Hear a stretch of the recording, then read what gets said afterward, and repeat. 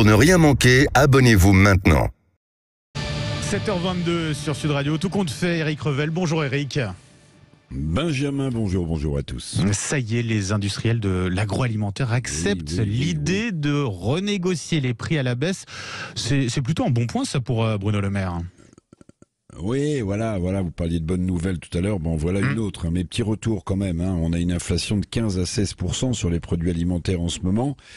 Ça veut dire qu'un ménage sur 5 se dit avoir de gros problèmes pour se nourrir. On est dans cette situation. Alors la grande distribution estime depuis des semaines, par la voix de Michel-Édouard Leclerc, le patron des centres Leclerc, de Thierry Cotillard, le patron d'Intermarché. Bon, ces distributeurs estiment que ce sont les industriels de l'agroalimentaire qui abusent.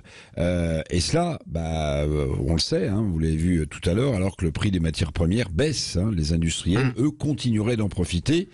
Donc oui, le gouvernement a tapé du poing sur la table, vous en souvenez. Bruno Le Maire en tête, Du coup, les 75 plus gros industriels vont rouvrir des négociations avec les supermarchés d'ici la fin mai. Oui, c'est le printemps et c'est une bonne nouvelle. Bon, Bruno Le Maire se dit-il confiant sur une prochaine baisse des prix pour les consommateurs ?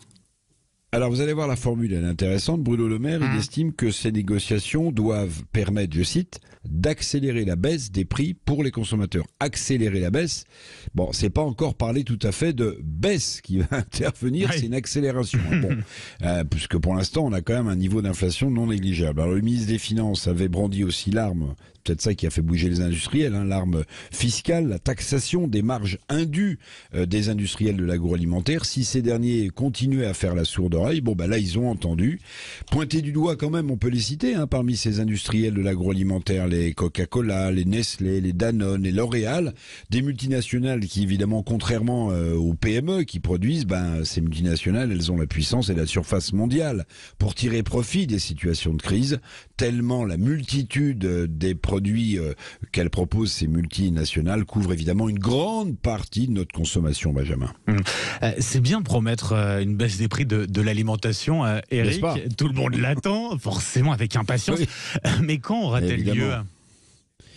Oui, quand ? Oui, c'est la question. Alors, déjà, des négos à la fin mai, c'est bien. Est-ce qu'elles aboutiront fin juin, disent certains spécialistes ? On peut l'espérer, je suis désolé de ne pas être plus précis. Les consommateurs, est-ce qu'ils vont constater, pendant les vacances, les grandes vacances d'été, des baisses de prix ? C'est difficile à dire, d'autant que les experts que j'ai interrogés, pour certains d'entre eux, ils estiment, comme l'économiste Jean-Yves Larcher, que le pic d'inflation est encore devant nous. Vous voyez, que le pic d'inflation est encore devant nous. Peut-être pour le début de l'automne. Parce que l'inertie de l'inflation est telle qu'on n'inverse pas la hausse des prix sur un claquement de doigts. La bonne nouvelle, c'est que la décrue inflationniste est programmée, est annoncée, mais je suis désolé, Benjamin, chers auditeurs, difficile de dire quel mois, quel jour elle interviendra pour qu'enfin on puisse souffler un peu par rapport à notre pouvoir d'achat. Encore un peu de patience, effectivement. Tout compte fait. Merci beaucoup, Eric Revel, et bonne journée à vous. Merci, Benjamin. Merci à tous.